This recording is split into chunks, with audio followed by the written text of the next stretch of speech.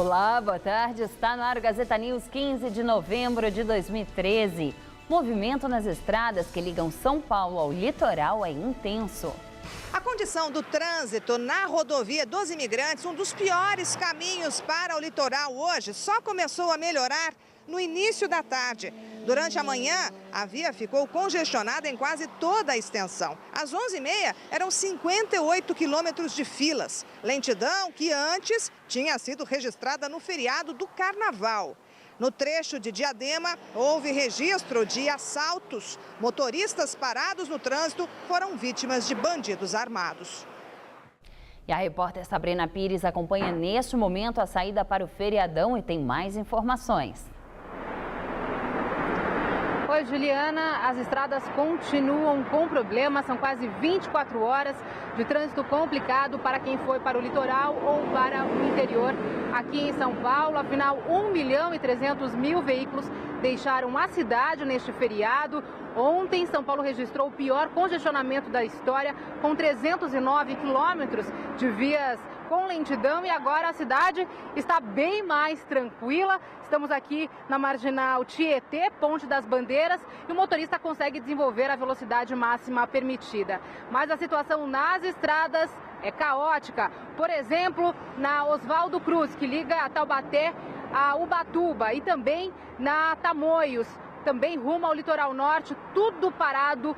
Muitos problemas ainda para o motorista que vai para o litoral norte. No litoral sul também problemas, via Anchieta, Imigrantes e Mogi Bertioga, com longas filas de congestionamento. Para o interior, problemas também na Castelo Branco, são 7 quilômetros de lentidão para o interior. Na Regis Bittencourt, também no sentido de Curitiba, muitos problemas, e Fernão Dias também com problemas rumo a Belo Horizonte.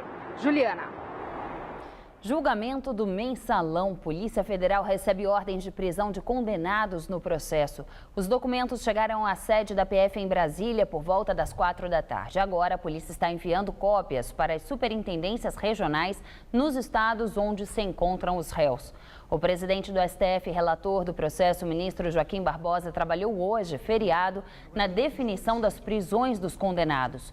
Ontem foi publicado o resultado da sessão de quarta, no qual o tribunal decidiu pelas prisões imediatas no caso dos condenados que não têm recursos pendentes de julgamento em algum dos crimes. Joaquim Barbosa decidiu analisar sozinho recursos pendentes sem o aval dos outros ministros, o que pode elevar o número de presos. Entre os réus que podem ser presos ainda hoje estão José Dirceu, ex-ministro da Casa Civil no governo Lula, e Marcos Valério, operador do Mensalão. Prefeito Fernando Haddad afirma que vai vetar projeto de lei que permitiria o enterro de animais em jazigos dos donos.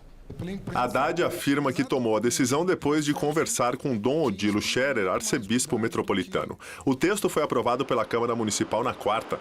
Para o vereador Roberto Trípoli, do PV, um dos autores do projeto, o texto leva em conta a importância dos animais para as famílias. O projeto permitiu o enterro de animais em cemitérios públicos de São Paulo. De acordo com o texto, os bichos poderiam ocupar somente jazigos que pertencessem a seus respectivos donos. A ideia não se estenderia a cemitérios particulares. Polícia Civil de Ribeirão Preto, no interior de São Paulo, deve ouvir hoje mais 3 pessoas do inquérito que apura a morte do menino Joaquim Ponte Marques. O delegado que comanda a investigação não revelou a identidade dessas pessoas. Ontem, Natália Mingoni Ponte, mãe de Joaquim, prestou um novo depoimento na Delegacia de Investigações Gerais de Ribeirão Preto. Natália está presa temporariamente desde domingo. Ela e o padrasto do menino, Guilherme Longo, que também está detido, são suspeitos do desaparecimento e morte da criança. O advogado do pai de Joaquim, Alexandre Durante, teve acesso ao depoimento prestado por Natália. Segundo o advogado, a mãe do menino disse pela primeira vez que já foi ameaçada de morte por Guilherme. Ônibus são incendiados na zona leste de São Paulo. Os veículos foram incendiados na noite de ontem. Segundo a Polícia Militar, moradores da região de Itaquera incendiaram os coletivos na altura do número 100 da Avenida dos Têxteis para protestar contra a morte de um adolescente em confronto com PMs recentemente. Ninguém ficou ferido. Incêndio mata 3 crianças da mesma família em São Mateus, na zona leste de São Paulo. Uma vela pode ter provocado o fogo. Na hora do incêndio, parte do bairro estava sem energia elétrica. As 3 crianças com idades entre 4 e 7 anos dormiam com o pai na hora em que o fogo começou e morreram carbonizadas. Os vizinhos tentaram salvar a família. O pai conseguiu escapar com o corpo em chamas. Ele está internado em estado grave no Hospital de São Mateus, com pelo menos 60% do corpo queimado. A AES Eletropaulo, concessionária responsável pela distribuição de energia elétrica em São Paulo, afirma que a interrupção de energia na região ocorreu por causa de um acidente viário na Avenida Sapopemba. O sábado será de sol forte e calor na capital paulista, mas a aproximação de uma frente fria provoca chuva a partir da tarde. Vamos ver em detalhes a previsão para todo o estado de São Paulo com Luciana Magalhães.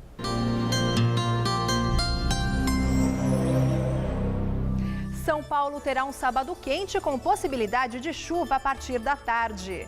O sol brilha forte, mas a associação de uma frente fria com calor excessivo provoca o aumento de nuvens ao longo do dia, podendo chover entre a tarde e a noite em todas as regiões do estado. No centro-oeste, máxima de 34 graus em Araçatuba. No centro-norte, máxima de 33 em São José do Rio Preto. E na faixa leste paulista, máxima também de 33 em Santos. Amanhã na capital, pancadas de chuva a partir da tarde, máxima de 32. No domingo, a chuva aumenta e a máxima cai para os 25. E a semana começa com chuva a qualquer hora e máxima de 27 graus. Daqui a pouco eu volto com mais informações sobre o tempo no Jornal da Gazeta. Até lá! O Ministério da Saúde aumenta a idade limite para a doação de sangue de 67 para 69 anos. Com a mudança, a idade limite para a doação de sangue subiu de 67 para 69 anos. No ano passado, o Ministério da Saúde já havia reduzido a idade mínima de 18 para 16 anos.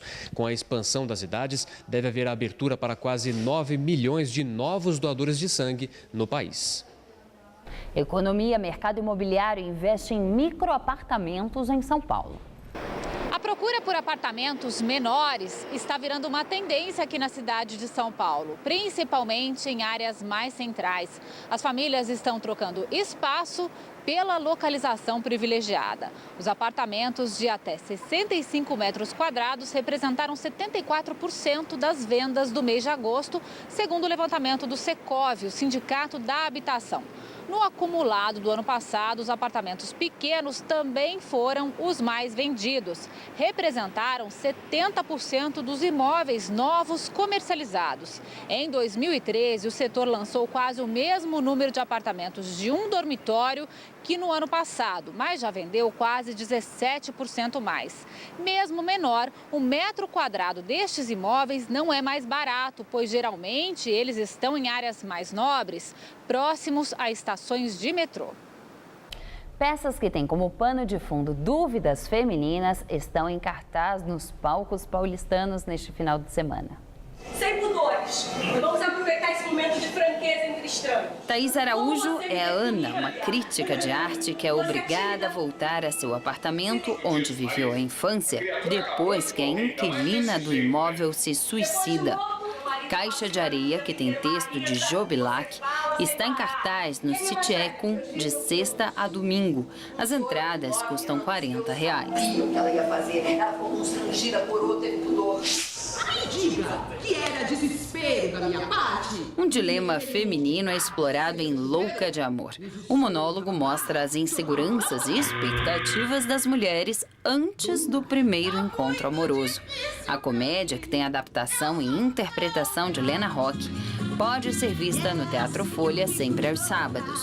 Os bilhetes custam R$30.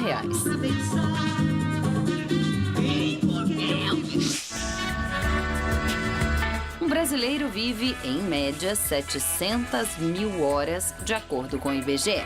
A proposta do espetáculo, que usa este dado como inspiração para o título, é mostrar em que gastamos esse tempo.